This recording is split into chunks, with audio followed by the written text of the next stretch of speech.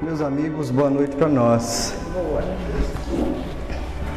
A questão do tema é uma questão delicada, porque a gente pode considerar que existe um conjunto de assuntos que sejam mais pertinentes às reuniões públicas, e a gente sempre diz que esses assuntos giram em torno da figura do Cristo, uma análise da ética que deriva desse pensamento crístico, mas a rigor da justiça.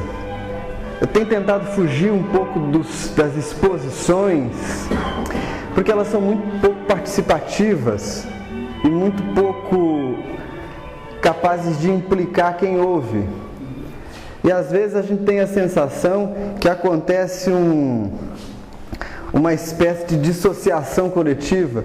Os companheiros chegam na casa espírita, falam uma hora de um tema que eles leram, eles não estão nem aí, um pouco preocupados com o que está acontecendo em volta. A gente que está escutando pensa, nossa, eu estou com tanta angústia, mas o sujeito está me falando de perispírito, a gente finge que está prestando atenção, né? Toma um passe, e no fim a gente fez aquele carnaval horroroso.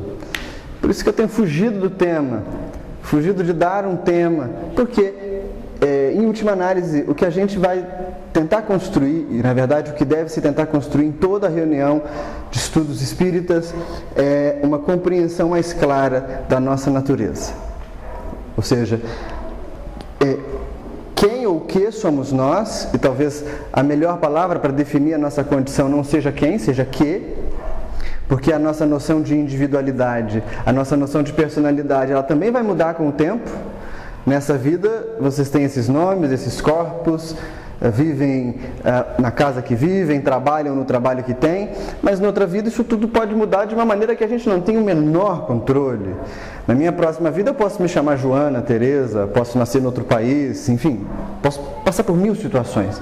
Então a questão é, o que somos nós e qual é a relação que isso que nós somos possui com o Evangelho e com a conquista de um estado de mente capaz de nos levar a menor sofrimento.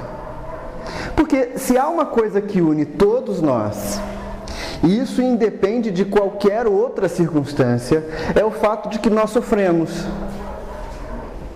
E quase sempre nós buscamos o caminho espiritual, se não porque estamos diante de um sofrimento imediato, embora isso possa acontecer, perda de um ente querido, uma crise doméstica, alguma experiência que lhe causou um impacto.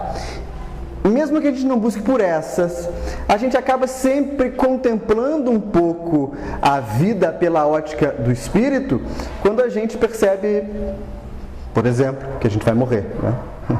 Ou que essa vida não vai ser assim para sempre, ou que as pessoas à nossa volta vão ter problemas.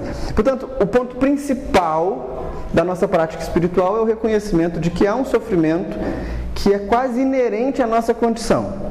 Por isso o Evangelho nos diz, a felicidade não é desse mundo, né?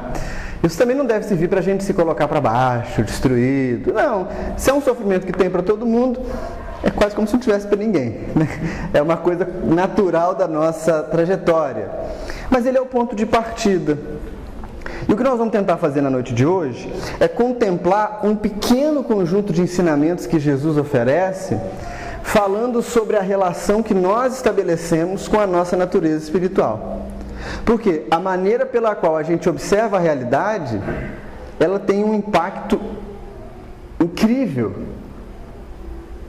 sobre o modo como essa realidade modela a nossa vida.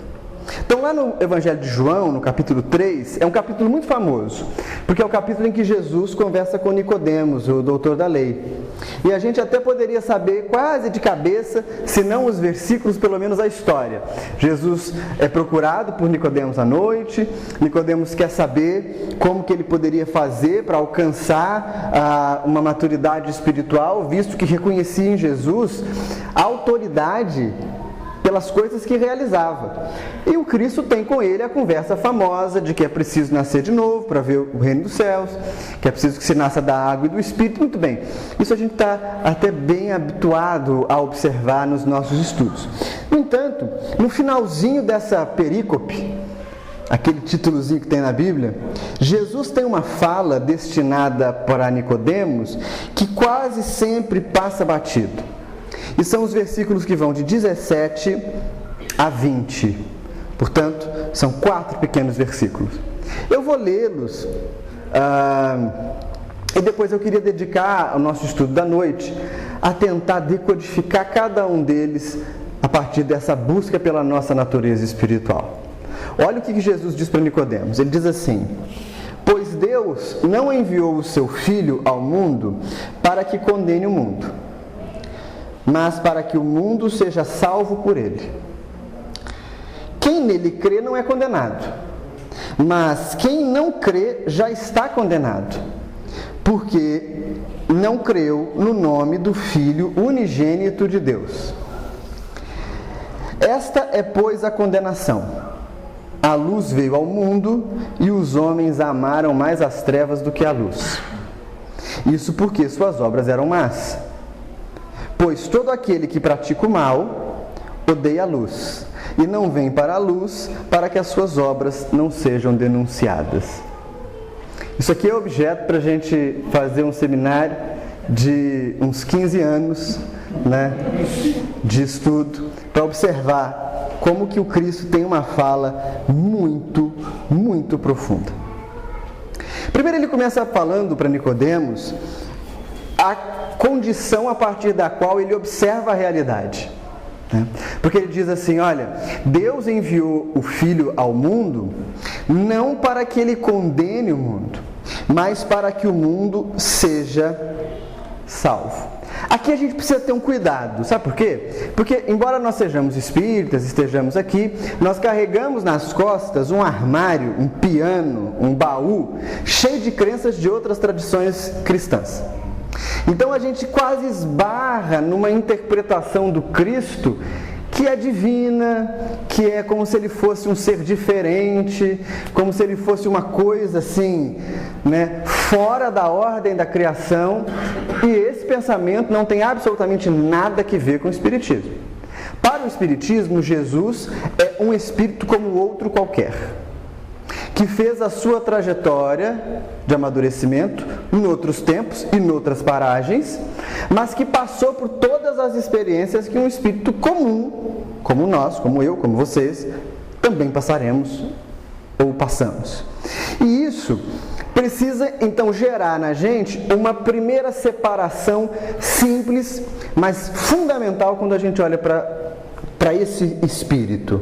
De um lado, a gente tem um Jesus humano, né? É o que a gente chama de Jesus, filho de José, filho de Maria, que teve vários irmãos. É muito curioso porque a gente acha que Jesus foi filho único e tal, mas depois a gente vai estudando e percebe, por exemplo, que Tiago era irmão de Jesus, né? E ele teve outros irmãos. Esse Jesus humano, ele teve data de fabricação e data de validade, né? Aquele corpo foi gerado, foi desenvolvido, viveu a sua vida aqui e padeceu quando foi crucificado. Agora, quando a gente acrescenta a ele esse título de Cristo, Cristo é uma qualificação, significa um ungido. A gente poderia também tomar como Cristo Messias, ou seja, aquele que foi marcado, abençoado, aquele que foi destacado pela misericórdia de Deus junto aos homens. De um lado, então, a gente tem um Jesus humano. E o que esse Jesus humano ele serve para nós? Ele serve como modelo de conduta. Agora, para além de um Jesus humano e mundano, existe esse espírito, essa condição de Cristo, que é representado mais do que pela conduta, mas pelos ensinamentos que ele traz. É como se o Cristo, quando vem cumprir a sua tarefa, é como se ele encarnasse o conjunto das virtudes do Espírito Superior. Então, tudo aquilo que ele fala, todas as coisas que ele realiza, são um cântico, são um ensinamento constante. E se o Jesus mundano nasceu e morreu, os ensinamentos, esse Cristo que habita no Evangelho, que habita nas leituras, nas parábolas, ele nunca vai morrer. Por quê? Porque ele não depende de carne. Ele não depende de Jesus estar presente aqui. Ele tem muito mais a ver com o legado que esse Espírito deixa no campo da nossa instrução espiritual. E aí é muito importante a gente perceber isso, porque até hoje tem gente achando que Jesus está julgando o indivíduo e condenando o indivíduo porque ele corta o cabelo desse jeito, que ele tem tatuagem, pela orientação sexual, pelo partido político, pela roupa que usa. O Evangelho, o ensinamento de Jesus, não está aqui para condenar nenhum indivíduo. Por nada. E a turma pode dizer assim, ué, mas se ele não veio condenar, então a coisa vai virar uma bagunça mesmo? Não. O que é a régua de reestruturação de comportamento do homem? Lei de causa e efeito, reencarnação. Né? Se você resolver que você vai fazer tudo aquilo que surgir na sua cartola e que você não tem nenhum compromisso em gerar benefício para os seres que estão à tua volta, isso te é permitido? Óbvio. O Evangelho vai ter uma cláusula lá falando sobre você, né? Quando você desencarnar vai ter alguém com uma planilha para dizer todas as coisas que você fez errado? Não. Se a gente se afasta do ensinamento de elevação espiritual, a gente entra na frequência da lei. E a lei, ela é automática. Portanto, o Evangelho não vem para botar culpa em ninguém. Não vem para botar nenhum tipo de algema nas pessoas. O Cristo não faz isso. Se fizesse, nós estávamos perdidos. Porque Ele pode fazer, tem amadurecimento. Mas, como é um espírito puro, é movido por misericórdia. Daí a gente tem que perceber muito bem isso. O ensinamento vem, ou seja, o Evangelho vem, o Filho vem para promover salvação. É um discurso meio tradicional da Igreja Católica, da Igreja Evangélica, salvação. Como é que nós podemos entender salvação no Espiritismo? Bem, se a visão confusa gera sofrimento, o que a gente vai chamar de salvação é um estado de entendimento da vida que faça com que a gente sofra menos. Sofra menos na gente e cause menos sofrimento para os outros. Então, o que a gente chama de salvação, que aparece no texto, que vocês vão ler de vez em quando, salvação, a gente pode associar a amadurecimento ou a iluminação. Então, todo o esforço do Cristo, todo o esforço dos Espíritos que vêm com Ele, é um esforço de que cada um de nós desperte uma consciência mais coletiva, mais integrativa, que contemple a existência dos outros, que seja capaz de diminuir o sofrimento de quem está perto. Essa é a função do Evangelho. Se nós pudéssemos assim, ou tivéssemos uma coragem mais assim, cristã, de dissociar o Evangelho de todas as construções religiosas que foram edificadas sobre ele ao longo da história e transformássemos o texto numa regra de conduta social, a gente veria que se trata de algo incrivelmente sofisticado. Não fazer ao outro o que você não quer que faça a si mesmo, né? Amar ao próximo como ama a si mesmo, perdoar as ofensas. Há uma série de normas ali que regem a nossa boa vida. Disso trata o Evangelho. E a partir desse momento, a partir do momento que ele consegue mediar a nossa experiência com o mundo concreto, a gente começa então a criar espaço na cabeça para alcançar as elevações da vida espiritual. Porque na rotina do dia a dia a gente não consegue. Nós estamos preocupados com o trânsito, nós estamos preocupados com o calor que está demais, com o frio que está demais, com a chuva que está demais, a comida não ficou no ponto, a roupa não está passada do jeito que eu gosto. A gente tem tanta coisa que fica em volta da nossa cabeça, igual se fosse um enxame marimbondo, que a gente não consegue contemplar a realidade espiritual. E aí às vezes a gente vê algumas coisas engraçadas, viajando, fazendo palestra, a turma dizendo assim, não, eu estou juntando meus bônus hora para ir para nosso lar, porque nosso lar deve ser o último lugar maravilhoso para a gente ir. O nosso lar é uma cópia da Terra. Só isso. Com a diferença que lá ninguém paga passagem de ônibus. Agora o resto é muito parecido. Muito parecido. Quem lê a obra vai ver que há alguns anos, algumas décadas, teve uma rebelião, uma revolução lá, porque o povo queria comer carne. Entende? Nós estamos agarrados nisso. Qual que é o meu sonho? Ir para nosso lar. Brigar para comer carne. O que tem acima de nosso lar, entende? Mas por que a gente não consegue contemplar o que está depois? Porque um parque das águas deve ser um lugar lindo. Gasta a sua ideia de lugar lindo no Parque da Lajinha, de fora, e contempla que tem uma coisa maior do que isso, além disso na tradição espiritual. Existe uma coisa de proximidade com Deus. Só que a alma só consegue acessar esse estado depois que ela consegue se desatar, ou pelo menos afrouxar os laços de obscurecimento que a gente tem diante da matéria. Então, o Cristo é muito sábio quando ele olha para Nicodemos e diz: olha, o Pai não enviou o seu Filho para condenar o mundo. Não é para botar mais peso, é para aliviar. Porque quando ele alivia, aí ele pode fazer a trajetória de evolução. Então, a primeira coisa que a gente destaca na noite: se o ensino espiritual faz com que você se sinta culpado, obtuso, inadequado, você está estudando isso errado. Há algum tempo eu conversei com um amigo, padre, muito querido, e ele estava comentando sobre o método da confissão, né? E nós espíritas, eu sou espírita desde muito pequeno, então nunca confessei, nunca tive essa experiência e tal, mas a gente tem um monte de pensamentos a respeito do tema, e a gente pode imaginar que não faz sentido. Como que você vai se confessar com uma pessoa, e como que essa pessoa perdoa os seus pecados, enfim. E conversando com ele, ele me apresentou uma visão incrível. Porque ele disse assim: às vezes quando a pessoa está confessando, e ela diz que é uma confissão, quando acaba a confissão, a gente tem que abraçar ela, fazer festa, rir e ficar feliz. Eu falei: por quê? Porque se eu conseguir acabar uma confissão e eu conseguir entender a pessoa e perdoá-la, imagina Deus que é perfeito. Se eu que não sou consigo entender, claro que o Pai vai entender. Isso é uma outra visão da confissão, né? Mas é o mesmo princípio desse primeiro versículo 17 aqui.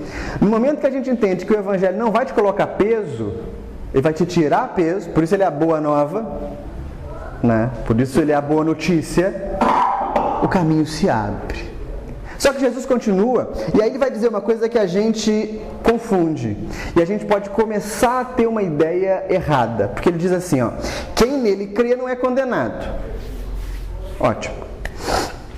Mas quem não crê já está condenado, porque não creu no nome do Filho unigênito de Deus. Aqui tem uma pegadinha incrível, porque se eu digo para vocês assim, ó: Filho unigênito de Deus, que é? Único. Aí as pessoas respondem: o Filho unigênito de Deus é Jesus. Está errado. Você não é filho de Deus? Qual que é a pegadinha? Deus só cria uma coisa. Aí a gente volta lá em João, mas agora nas suas epístolas, quando ele vai dizer: Deus é amor. O Cristo, ele manifesta para nós o amor de Deus. Então aqui, olha o que o evangelista está dizendo: quem crê no Filho, portanto, nessa emanação de Deus, nesse amor divino, está salvo. Quem não crê, já está condenado. E isso é incrível, porque a nossa visão distorcida começa a separar as coisas. E a gente vai pensando assim: não, mas se não for espírita, não funciona. Se não for do meu centro, não funciona. Se não for cristão, não funciona. Se não for do jeito que eu quero, não funciona. Mas o amor não separa. O amor converge. Teilhard de Chardin, um filósofo católico fantástico, místico, ele tem uma frase que o Haroldo usou muito tempo nos estudos dele. Ele diz assim: tudo que sobe converge. Todo ser que amadurece, ele vai convergindo para esse sentimento de compaixão, de amor, de afetividade. Você quer medir se a sua prática espiritual está se desenvolvendo? Percebe o quanto que você é preconceituoso. Se você tem um preconceito terrível, a sua prática está começando. Porque tudo que cresce para Deus converge. Vai se tornando cada vez mais brando, amoroso, compassivo, acolhedor. E é isso aqui que Jesus está falando para Nicodemos. Olha, se você consegue perceber a existência do amor, que eu estou vindo aqui tentando demonstrar para vocês, você está salvo. Assim? Sim, assim.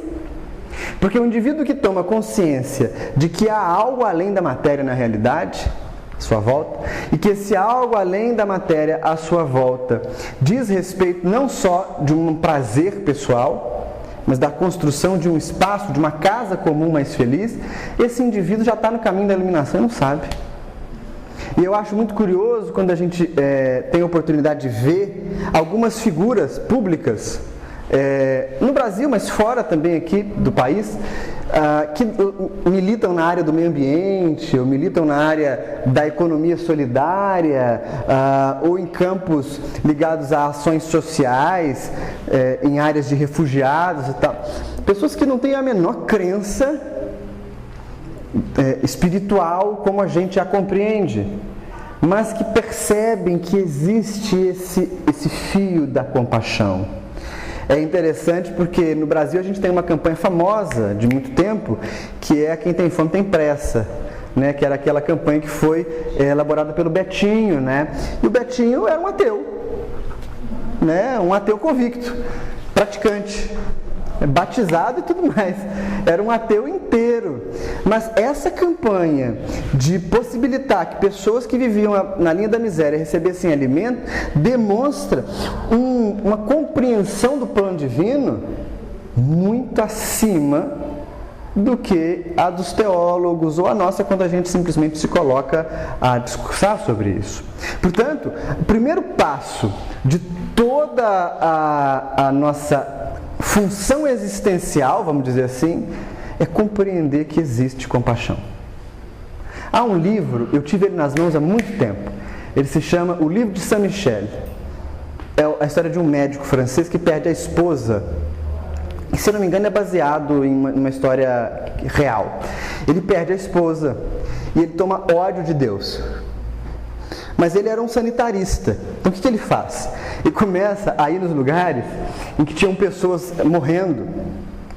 E ele fazia tudo para salvar essas pessoas, para dizer que quem salvava era ele e não era Deus. Que se ele não tivesse ido, o sujeito ia morrer. Mas como Deus não salvou o sujeito, ele foi. E é uma história muito bonita porque o processo é um processo em que as pessoas começam a reconhecer nele a providência divina, né? E aí ele tem todo um caminho de fazer essa busca, né? E encontrar-se em si mesmo. Mas vejam como o ponto é importante. Contemplar a existência de algo que nos une a todos é o que permite que a gente se desligue do sofrimento. Porque a nossa vida deixa de ser uma vida autocentrada. Agora, o que é mais bonito nessa coisa toda? É que o Cristo explica a condenação. Porque nós adoramos pintar o quadro, né? Como é que é a condenação? Tem fogo, né? Tem engarrafamento, tem escuro, né? Tem alguém lá chicoteando,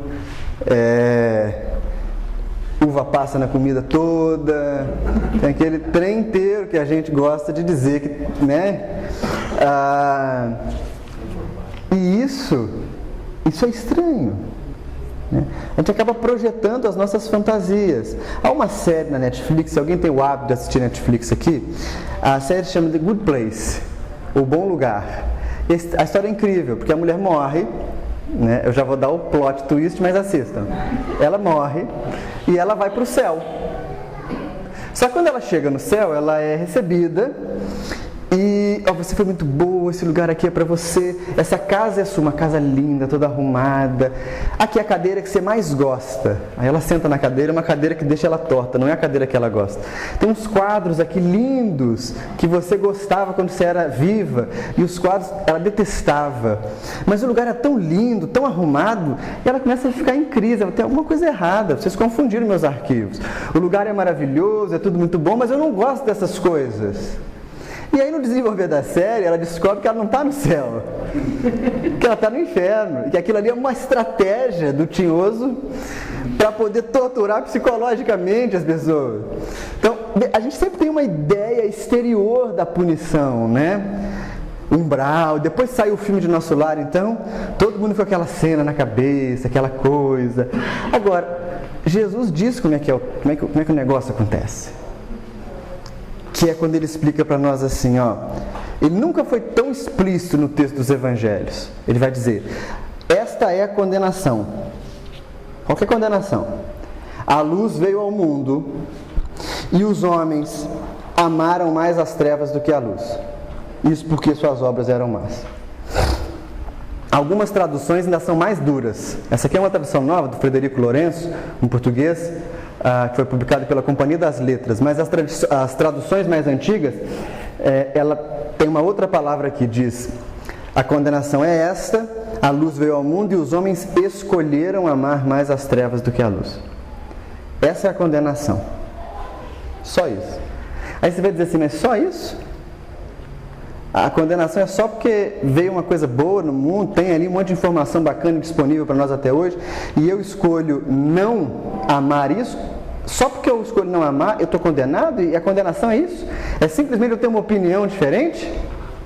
Aqui nós temos que mergulhar no sentido da filosofia do Evangelho.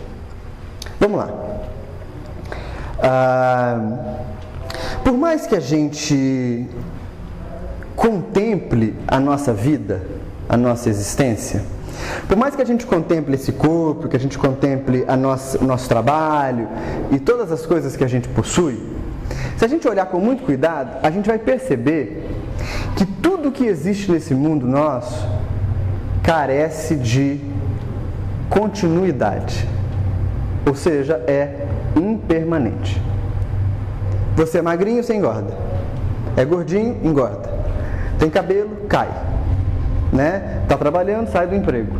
Ama muito aquela pessoa que vive com você, e aí a vida vem e leva esse companheiro, essa companheira. Bem, tudo que existe nesse mundo é impermanente. E essa é uma grande fonte de sofrimento para nós. Vocês concordam? Porque a gente acaba criando identidade com as coisas que existem à nossa volta. Mesmo que eu saiba que eu não sou a minha roupa, que eu não sou os meus livros, que eu não sou a minha casa, se alguma coisa acontece que muda o modo como aquilo estava organizado, eu me incomodo tremendamente. Eu cheguei há pouco tempo de viagem, nós estávamos conversando, eu passei alguns dias na Argentina, 10 dias na Argentina, cheguei direto para um congresso em Salvador, sobre mediunidade, lá na Bahia. Então eu não vim em casa, em Juiz de Fora. Eu viajei e cheguei em casa quase 15 dias depois. Aí eu estou em casa procurando as minhas coisas. A minha esposa não mora em Juiz de Fora, ela mora em Barbacena. E eu estava procurando meu chinelo. Eu não estou achando meu chinelo. Eu virei a cama de cabeça para baixo, abri o armário, tirei tudo do armário. Gente, cadê meu chinelo? E as coisas acontecem do jeito certo, né? Na viagem, muito tempo sentado, me deu um raio de um esporão, não estava conseguindo botar o pé no chão, o chinelo era levinho. Cadê meu chinelo? Liguei para ela: você viu meu chinelo? Ah, então, tinha um moço internado no hospital, ele estava sem roupa, eu dei seu chinelo. E além do chinelo, eu dei uma bermuda e 2 camisas. Na hora que ela falou, aquilo me tremeu por dentro. Ela disse assim: eu dei porque eu sabia que você não ia se importar. Olha, é lógico que eu não vou me importar com chinelo, né? Mas a nossa mente é tão deludida, é tão confusa, a nossa mente se envolve tão facilmente com a matéria, que na hora que ela me falou, eu me incomodei. E eu falei com ela: eu estou muito bravo. Aí ela disse: eu vou te dar outro chinelo. Não é pelo chinelo. É pelo quê? Não sei pelo que é, mas tem esse apego. Agora, se a gente faz isso com um chinelo encardido, o que a gente não faz com tudo que está à nossa volta? Né? A gente cria uma tremenda fixação, um tremendo apego. Daí a gente começa a ouvir, então, na casa espírita, ouve de amigos: ai, eu nunca vou saber viver sem ele, eu nunca vou poder sobreviver sem ela, se meu filho for embora estudar em outra cidade, eu não sei o que vai ser da minha vida. E aí é uma coisa interessante, porque isso vai acontecer, né? A pessoa deve se preparar o quanto antes para isso. O Cristo, quando ele propõe o ensino do Evangelho, ele está tratando, em última análise, não é de fábula, nem é, a rigor, da vida nesse mundo apenas. O que ele está tratando? Da nossa natureza espiritual. E se há uma coisa que não está sujeito, ou pelo menos que consegue extrapolar esse tipo de apego, é a contemplação da nossa natureza. E o Evangelho é tão sábio que ele usa uma alegoria. Como é que ele chama isso? Luz. Porque a luz mostra para nós o lugar de cada coisa. Mesmo dentro da sua casa, se você andar de luz apagada, que você já conhece o lugar, você corre o risco de tropeçar em alguma coisa, você corre o risco de alguém ter deixado um objeto fora do lugar, não é? A luz mostra o lugar de cada coisa. Também não é à toa que em todas as tradições espirituais, luz é símbolo de sabedoria. E aqui o Evangelho é sábio, porque ele vai dizer assim, ó, a luz veio ao mundo. Portanto, o que é o Evangelho para nós? É a ferramenta capaz de colocar claro o lugar de cada coisa. Isso aqui é importantíssimo. Porque nós começamos a achar, perturbado que somos, que fazer o caminho espiritual é sair do mundo. Negar o mundo. O mundo é ruim, o mundo é mau, o mundo é perverso, o espírito é bom, o espírito é prazeroso, o espírito é libertador. Isso não tem absolutamente nada a ver com o Evangelho. Sabe por que não? Porque não tem como dissociar matéria e espírito. A matéria é, segundo os espíritos nos orientam, o laço que prende o espírito e o auxilia na evolução. Então, vejam, não se trata da gente começar a negar o mundo e achar que isso é sinal de evolução. Porque se a gente fizer desse jeito, sabe o que vai acontecer? A gente vira fiscal da conduta alheia. E começamos a acreditar que a gente tem monopólio da pureza. Eu não bebo. Você viu o companheiro da casa espírita que estava bebendo ali do lado de fora? Eu não como carne. E aí é engraçado que a turma fala assim, mas você ainda come carne? Como se fosse uma coisa fantástica, né? Percebam? Não se trata disso. O que o Evangelho faz? Ele dá a cada coisa o seu lugar. Então o indivíduo pode comer carne? Pode comer carne, no lugar de comer carne. Pode se divertir? Pode se divertir. Pode dançar? Pode dançar. Pode... Entendem isso? O Evangelho mostra... E não é o Evangelho só o Evangelho do Cristo, não. Há uma leitura no Evangelho segundo o Espírito que se chama O Homem no Mundo. Vivei como os homens do vosso tempo, gozai como eles, mas elevai sempre graças a Deus. Isso é a sabedoria do Evangelho, porque é a luz que coloca cada coisa no seu lugar. Se eu não tenho luz, eu não sei o que é o que, boto tudo num pacote, jogo naquele quartinho de bagunça, que a gente acha que nunca vai ter que arrumar, no dia que tem que arrumar um quartinho, acaba tendo que levar 3, 4 carroças para jogar no lixo de tanta porcaria que juntou, não é? Agora, por outro lado, o que é a treva? Se a gente está fazendo esse movimento.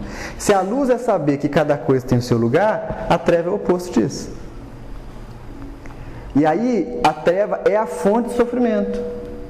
Porque o sujeito coloca a coisa no lugar errado. O sujeito está com um problema de garganta. Aí você diz assim, sua garganta está inflamada, você não vai no médico não? Não, eu vou na casa espírita tomar passe. Então, passe é até bom, não estou negando, mas você precisa tomar um remédio. Você não vai ficar... Não, eu tenho muita fé. Meu filho, você pode ter a fé do mundo, mas é um problema de garganta. Você precisa tomar um remédio. Por outro lado, a pessoa briga com o namorado, briga com a namorada, chega em casa, vou resolver meu problema, come um pote de sorvete. Como se comer o sorvete fosse aliviar a angústia. A gente troca as coisas de lugar. A gente começa a tomar coisas materiais como capazes de saciar nossa angústia espiritual. A gente começa a acreditar que isso que é transitório vai durar para sempre. A gente começa a buscar cada vez mais sensações e prazeres para saciar as nossas confusões. E como nada disso dá certo, qual que é a consequência imediata da treva, portanto da confusão? Sofrimento. Por que não tem que ter condenação, não tem que ter capetinho espetando, não tem que ter calor, não tem que ter frio, não tem que ter escuro, não tem que ter nada? Porque sempre que a gente tomar as coisas fora de lugar, o resultado, a consequência imediata é sofrimento. Percebe a sabedoria do Evangelho? Não precisa de um lugar para isso, não. Não precisa de um espaço delimitado, não. Porque isso está acontecendo aqui, ó. E mais, isso está acontecendo para nós a vida a fio. a gente começa a dizer, agora eu vou acertar. E quando vê, confusão outra vez. Percebem que é muito mais simples do que a gente gostaria de pensar que fosse? Porque se é difícil, ele não consegue, né? Mas nós estamos falando simplesmente da confusão que a gente tem das coisas. Podemos ser bem pouco sofisticados. Vamos botar o pé no chão mesmo, descalço. Eu adoro feijoada. De verdade. É uma coisa muito prazerosa. Mas eu não posso comer 1 quilo. E quando eu como muito feijoada, eu sinto as consequências disso. Essas consequências são derivadas da minha insensatez. Porque eu não soube dar para aquele objeto o seu lugar. Portanto, o Evangelho vai fazer isso. E ele vai dar lugar para quê? Para tudo que existe.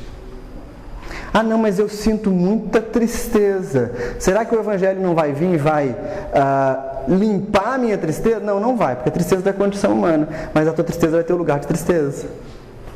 O seu luto vai ter lugar de luto. O seu medo, lugar de medo. E você contempla a sua própria natureza. Às vezes parece estranho, e isso é uma coisa do tempo presente. Eu falo como professor, eu dou aula para alunos do ensino médio e para alunos do ensino fundamental. O que a gente percebe? Sentimentos humanos comuns, como medo, como insegurança, como até mesmo a raiva, que é um sentimento comum. Nós todos temos raiva, né? Quando você está 3 horas da manhã, já colocou o remédio para espantar o pernilongo e ele continua zunindo no seu ouvido, você não diz, irmão pernilongo, né? Por favor. Você tenta pegar ele, acende a luz bufando, né? Taca o chinelo na parede, para aquela raquete genocida, né? Percebe? Esse é um sentimento de raiva.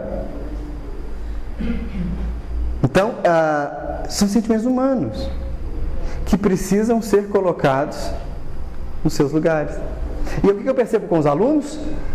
Há uma busca para tirar esse tipo de sensação, de sentimento do sujeito. A gente tem começado a perceber que no mundo que não existe, fantasioso, as pessoas não podem sentir raiva, não podem sentir medo, não podem sentir insegurança. E aí nós vemos um abuso de medicação, nós vemos uma negação da condição humana e como consequência imediata disso, eu tenho alunos de 12 anos com transtornos mentais. Né? Eu tenho alunos do ensino médio, aí já são mais velhos, 16, 17 anos, com crises de pânico terríveis, porque não conseguem contemplar a sua humanidade. E o Cristo é muito feliz, porque Ele não pede que a gente negue essa humanidade, mas é a partir da luz que eu sei o lugar de cada coisa. E aí ele complementa ainda nesse versículo que a gente acabou de ler. Por que que os homens amam mais as trevas? Porque as obras deles são más. Aqui a gente tem um circuito vicioso. O Cristo fala no último versículo então que a gente aborda. Todo aquele que pratica o mal odeia a luz. E não vem para a luz porque tem medo de que sejam denunciados. Aqui a gente tem um circuito vicioso, que é o seguinte. Uma vez que a gente tem uma visão errada da realidade, e é difícil falar errada, né? Porque fica parecendo que tem a visão certa que está no meu bolso. Não, não é isso. A partir do momento que a gente tem uma visão incompleta da realidade, uma visão errônea, vamos usar uma expressão melhor, uma visão obscurecida. A partir do momento que a gente tem essa visão, ora, um pé de jabuticaba vai dar jabuticaba, né? Se nascer caqui no pé de jabuticaba, tem algo muito errado. Portanto, a partir do momento que eu tenho uma visão obscurecida, o que nasce da minha visão obscurecida? Uma ação obscurecida. Né? E aí, quando eu ajo de maneira confusa, o que fica mais forte? A minha visão errada das coisas, né? E esse é um circuito que a gente vai repetindo sem perceber. Eu acho muito engraçado. Tem gente que diz assim, né? Uma vez uma moça no atendimento fraterno falou comigo assim: eu tenho um problema espiritual grave. Por quê? porque eu tive 5 namorados. Todos eles eram iguais, não prestavam, fizeram a mesma coisa comigo. Aí eu perguntei para ela assim: o que os seus 5 namorados tinham em comum? Ela. Não é? Ela. Mas a visão que a gente tem distorcida das coisas começa a fazer com que a gente haja sem perceber que está agindo. E aí a gente vê a turma com essa síndrome de perseguição, de patinho feio, eu estou obsidiado. Os obsessores olham para nós e falam assim: nem precisa, está tranquilo, vai sozinho, vai em paz, né? Porque você é capaz de se perturbar. A visão errada, a visão confusa gera uma ação confusa, e a ação confusa reforça a visão conturbada que a gente tem. E isso é o que o Evangelho chama pra gente, de praticar o mal. Por quê? É quando a gente perpetua a distorção. A gente começa a pensar assim: não, eu até vou no centro, eu até tomo passe, faço estudo e tudo mais, mas se derem meu chinelo para os outros, eu não respondo por mim. Isso é praticar o mal, porque eu perpetuo a visão errônea. Eu sei que eu não posso comer o quilo de feijoada, eu como. Praticar o mal, né? Visão errônea. Quando eu estive em Salvador, agora como falei a vocês, eu vivi uma experiência paradisíaca. Se o céu existe, né, ele era aquilo que eu vivi. Porque eu não sei por quais motivos, eu sou apaixonado por cupuaçu, né? E aqui a gente não acha cupuaçu fácil. Uma raridade quando acha pelo olho da cara. E lá no Nordeste, na Bahia, tem bastante cupuaçu. Eu não sei como a turma lá do Congresso descobriu. Fizeram mousse de cupuaçu, suco de cupuaçu, bombom de cupuaçu, e eu ainda trouxe 2 quilos de cupuaçu congelado, né? E foi incrível, porque foi o paraíso do cupuaçu. E quanto mais eu comia, eu dizia assim: gente, eu vou passar mal, porque não faz sentido. Eu já devo ter comido aqui minha cota de cupuaçu do ano de 2020 inteira. A visão errônea me gerou a ação errônea, gula. Qual que é o resultado? Reforçou a visão. Passei mal mesmo, né? Fiquei mais mal intimamente, até, poxa, eu sabia. Por que eu fiz? Entende? Esse circuito é o que vai mantendo a gente no mesmo processo. E por que é que a gente acaba no mesmo processo depois de muito tempo? Lembra da passagem da mulher adúltera? A comunidade joga a mulher ao centro de uma roda, de um círculo de pessoas, e quando vão iniciar a lapidação da mulher, portanto o apedrejamento, Jesus escreve algo na areia que nós não sabemos o que é, né? O texto não diz, mas o fato narrado é que depois de ver o que Jesus escreve, as pessoas vão soltando as pedras e indo embora. E elas vão fazendo isso das mais velhas para as mais jovens, né?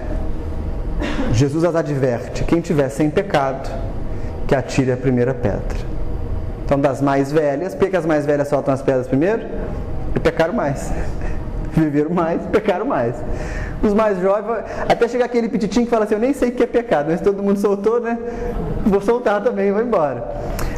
Por que a prática desse comportamento confuso, ela tem medo de ser denunciada? Porque chega um tempo que essas atitudes de sofrimento, elas passam a fazer parte da nossa rotina. E a gente se casa com elas. A gente se casa com a visão turva. A gente se casa com a confusão mental. A gente se casa com a vaidade, com o egoísmo. A gente se casa com a inveja. A gente troca aliança com esse povo todo. Na hora que a gente começa então a estudar o Evangelho, Na hora que a gente começa a frequentar a casa espírita ou outro lugar que tem a mesma função, no momento que a gente então parte para a busca de uma transformação do nosso psiquismo, a gente vai cavando a superfície, e aí é bem bacana porque quase todo mundo, quando chega na casa espírita, nos primeiros meses de espiritismo, tem uma revolução interna. Se transforma e tal. Depois fica 10 anos, gente, eu não mudo nada. Não consigo mudar mais. O que está acontecendo? É porque nós temos que tirar a aliança desse povo, né? Dos nossos compromissos. E a gente morre de medo de ser denunciado. A gente morre de medo de que essa vida de visão torcida seja trazida ao público. Por isso Cristo fala, todo mundo que age mal odeia a luz. Porque a luz mostra para ele exatamente o que ele é. Nós temos pavor da luz. Por isso. Nós temos pavor das almas maduras, por isso. Porque elas projetam para nós o nosso tamanho real. Elas conseguem projetar luz na gente. Eu não quero isso. Então, se eu já consigo ter um discurso de santidade, se eu consigo ter um entendimento das leis espirituais, mas ainda assim eu sustento uma visão confusa, eu não quero que ninguém corrija a minha visão, não. Percebem que esse é o círculo, esse é o processo que a gente vem seguindo, vidas a fio. Não trata-se, portanto, simplesmente de a gente dominar a teoria espírita. Porque se fosse questão de teoria, o livro se iluminava antes da gente, né? Tem um que é mais. E esse que é mais envolve o que Jesus está dialogando aqui com Nicodemos, envolve um aspecto, primeiro, de lucidez, né? Como eu enxergo a prática espiritual. Eu enxergo uma prática julgadora, uma prática condenadora, não tem futuro essa minha prática. Eu compreendo a existência de um eixo invisível, de um fio invisível que nos costura a todos esse unigênito Filho de Deus chamado amor. Não, o mundo é ruim, então tua prática também não vai se desenvolver. Eu escolho a visão errônea, e é engraçado, tem gente que fala assim, eu sei que é errado, mas não consigo. Nesse caso a gente tem que apelar para um mecanismo um pouco mais sofisticado.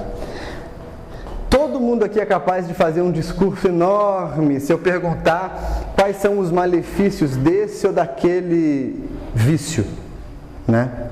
Tem um amigo no Rio, palestrante, muito querido ele, mas ele só não gagueja quando ele faz palestra. O resto do tempo ele gagueja muito, mas ele sobe a tribuna para falar e ele fala, né?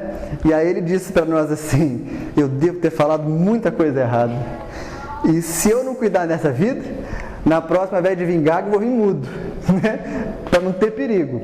A gente consegue fazer essas projeções, fantasiosas ou não, a gente faz. O que a gente tem que se perguntar, diante da visão errônea que a gente sustenta, é qual prazer eu tenho nela? Por que eu mantenho esse meu comportamento? Se eu sei que ele não é bom. O que ele me dá prazer? Agora isso é difícil demais. Porque você já sai do campo coletivo, você já se desvincula dessa ideia de rebanho, você cai numa ideia de indivíduo e mais. É você e você. Porque só assim a gente vai conseguir deixar de fugir da luz. Só assim a gente vai conseguir não enxergar o Cristo num pedestal, como uma figura mágica, distante. Ele é um demonstrador. Ele veio, vestiu um corpo de carne, né, viveu as nossas condições mundanas, estava sujeito a calor, frio, fome, sede, tudo o que nós sentimos. E dentro dessas condições ele diz, olha, dá para fazer. Eu fiz em 33, vocês podem fazer em 3.300.000 anos, mas dá para fazer. E esse é o vínculo que nos une à prática espiritual, né? É daí que parte a nossa sabedoria. Então, quando no começo a gente estava brincando sobre o tema, Nós estamos falando nessa noite sobre o nosso compromisso com a sabedoria espiritual. Qual é o tamanho do meu compromisso? Porque se eu já reconheço a luz, se eu já sei que ela existe, se eu já sei que ela está presente, qual o tamanho do meu compromisso? Essa é a pergunta que a gente tem que se fazer. Se fazer hoje, porque o Vinícius está sugerindo? Não, se fazer todo dia. Se fazer quando eu estiver na casa espírita? Não, quando você estiver na rua, no calçadão, que é nosso campo de prática. Essa é a capacidade milagrosa do Evangelho. Ele torna cada um que dele se apropria uma fonte de esperança e de renovação para o mundo. Então, a nossa tarefa, meus amigos, é uma tarefa de reconhecer a luz e amar a luz. Aí alguém pode dizer assim: ah, Vinícius, mas a luz é muito sem graça. É muito mais prazerosa essa treva e essa confusão. Não, não é. Parece ser porque a gente ainda não conseguiu contemplar isso com assertividade. Mas a alma que não se vê presa das suas próprias confusões mentais, ela tem uma felicidade muito genuína. Uma felicidade que deixa de depender de coisas. E ela passa a residir ou a se sustentar uma tranquilidade de consciência. Então, aí está o pulo do gato. Como que eu sei então se a minha prática se desenvolve espiritual? Se eu vou me tornando mais pacífico, mais brando, menos preconceituoso, mais tranquilo, mais amável com as pessoas à minha volta. Se isso não acontece, tem alguma coisa que precisa ser ajustada. Pode ser o modo de ler, pode ser o modo de estudar, pode ser o modo de praticar, pode ser a casa religiosa, talvez não seja o espiritismo o teu caminho, tu pode ter que ter outro caminho. O fato é, toda vez que o Evangelho cria raiz em nós, ele tem que produzir esse pacto com a luz. E o pacto com a luz não transforma a gente numa samambaia, né? Não transforma a gente num espírito que fica assim andando de roupinha branca, nada disso. O pacto com a luz transforma a gente em indivíduos absolutamente comuns, que sabem dar a cada coisa o seu lugar. É isso. Sem sininho, sem pombinha branca, sem luzes multicoloridas, sem nenhum tipo de excesso. Simplesmente seres humanos, conscientes de si, dispostos a enxergar a realidade de um jeito diferente. Tudo bem? Tomara que não, né? Que a gente possa refletir um pouco sobre esse compromisso. Porque esse é o destino nosso. Esse é o fim da nossa busca. Agradeço vocês que me ouviram por uma hora. Sem reclamarem. Que a gente possa ter ainda várias e várias ocasiões de partilhar experiências em torno do Evangelho. Caso vocês queiram conhecer as atividades lá em Juiz de Fora do grupo, a qual nós estamos vinculados, trata-se da Sociedade Espírita Primavera. Fica ali no bairro Aeroporto, é Novo Horizonte, Aeroporto, é indefinido, né? As reuniões são às sextas-feiras, às 20 horas. É um modelo um pouco diferente, a gente faz uma reunião coletiva, todo mundo participa, como se fosse um grande culto do Evangelho no lar, né? Então sintam-se convidados, né? É só chegar e participar com a gente. Sextas-feiras às 20 horas, né? De 20 às 21 horas. Vai ser uma oportunidade muito legal para a gente estreitar os nossos laços, né? No trabalho, tá bom? Que Deus abençoe a gente.